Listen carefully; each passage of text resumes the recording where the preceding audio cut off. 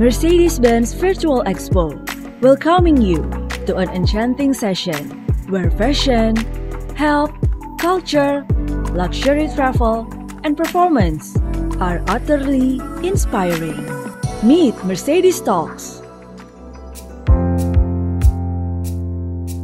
Hi Patrick, how are you? I'm good, how are you, Hassie? Been long time.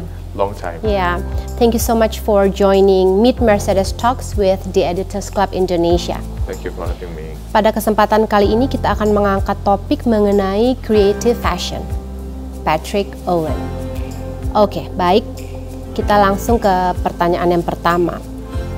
Patrick sudah berkecimpung di dunia fashion Indonesia for around 8 years, dari tahun 2012 ya. Bisa diceritain nggak perubahan apa yang terasa di bisnis Patrick Owen ini, atau mungkin di dunia fashion? Apa bedanya 2012 sama dunia fashion hari ini? So, it has been 8 years. I think it's a good time to talk about it. I think fashion has been, not just in Indonesia, but in the whole world, it has been, the changes has been rather monotone. But what really mattered was how I took this 8 years of time to reflect on myself and my work, and to evolve myself and my work, and to allow it to influence me or defluence me. So it's a lot about the process of maturing for myself, my work. What mattered back then might be important to me, really a lot back then, but now it seems to be not so relevant, and vice versa. Oke. Tentu seorang Patrick Owen-nya pun beradaptasi, evolving juga dalam proses perjalanan karir itu. Apa atau bagaimana dirinya Patrick itu beradaptasi terhadap perubahan, dan bagaimana itu mempengaruhi karyanya Patrick? As a fashion designer, and I think that speaks for all. That also speaks for all creative individuals. Evolving and adaptation, it's inevitable, and we got to address this question somehow, now or later. It's something that conflicted with a lot of things, especially when we're talking about our ideas. Are we supposed to adapt to change the current situation and be relevant, or stick to our own DNA and speak our own voice? There's no right or wrong answer for that, and no one has a monopoly of knowledge on this. You can't say that it's right, or you can't say that it's wrong. But what matters and what is important is that what is your voice? What is right for you? What is right for you? What is important for you? And take that voice and elevate it and communicate it to your audience, because ultimately that will,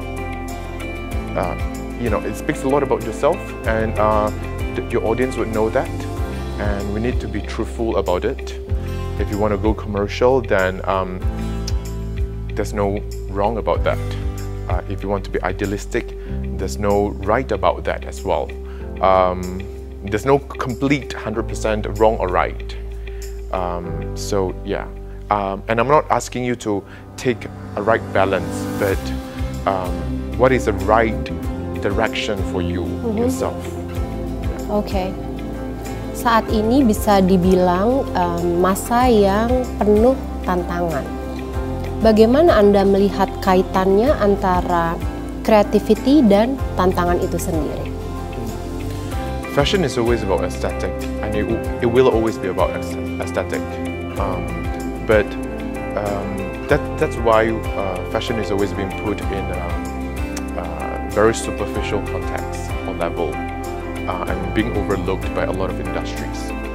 But when it is being put in the right context, then that's a different story. Fashion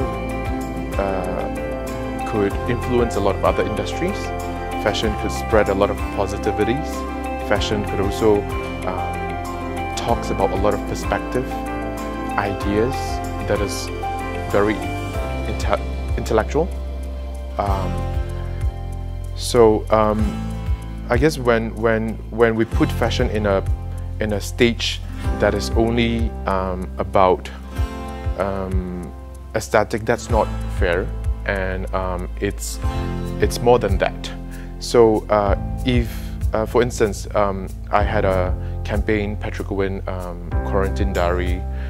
We had, the most wonderful support from editor-in-chiefs, from high-end magazines, and we also have celebrity friends, and my team. Ya, itu adalah bukti nyata ya, tantangan yang menjadi kreativitas yang baik. Exactly. Your latest campaign. At a difficult time like this, everyone come together, and we did a campaign together in a short period of time. Those are the people whom I call family, who supported me. And also, it was for a cause. So it's not just about clothing. It's not just about clothing that adorn a woman's or man, but about the whole campaign is all about raising funds to flatten down the curve of COVID. So when it's being put into a right context, then challenges would become relevancy, and challenges would become opportunities. And I think fashion can be looked into that perspective as well. Saya juga melihat belakangan ini, beberapa tahun terakhir, dunia fashion memiliki banyak sekali homework. Kita menjadi lebih dilihat untuk isu-isu seperti environment, sustainability, diversity, inclusivity. Bagaimana Anda menanggapi fenomena tersebut? I think few years back,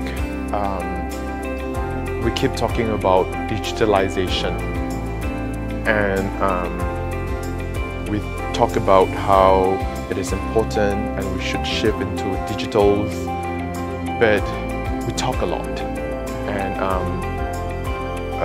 we didn't really mean it.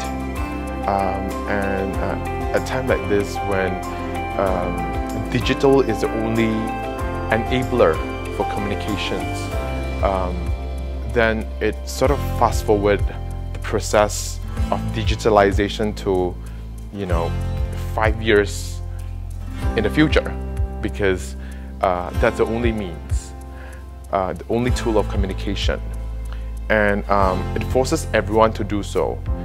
And everyone was panicking on shifting from physical events, physical activities into something digital, and we are still not used to it.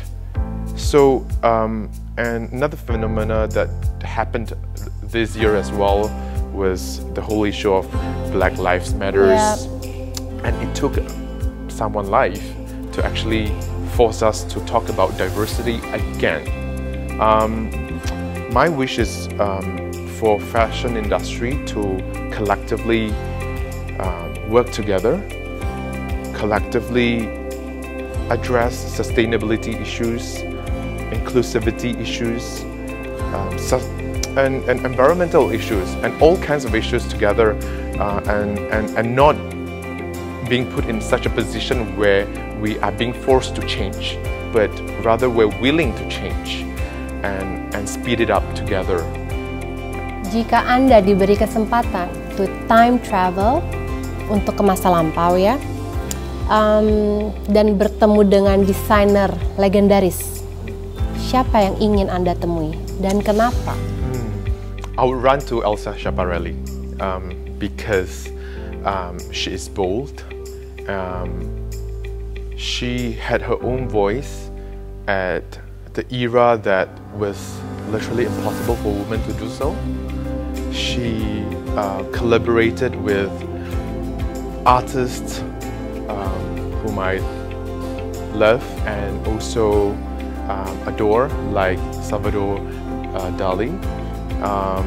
And I mean, come on, she was the one who's responsible to put a woman from shorts to a skirt on a tennis court. And her voice was strong and still resonate now.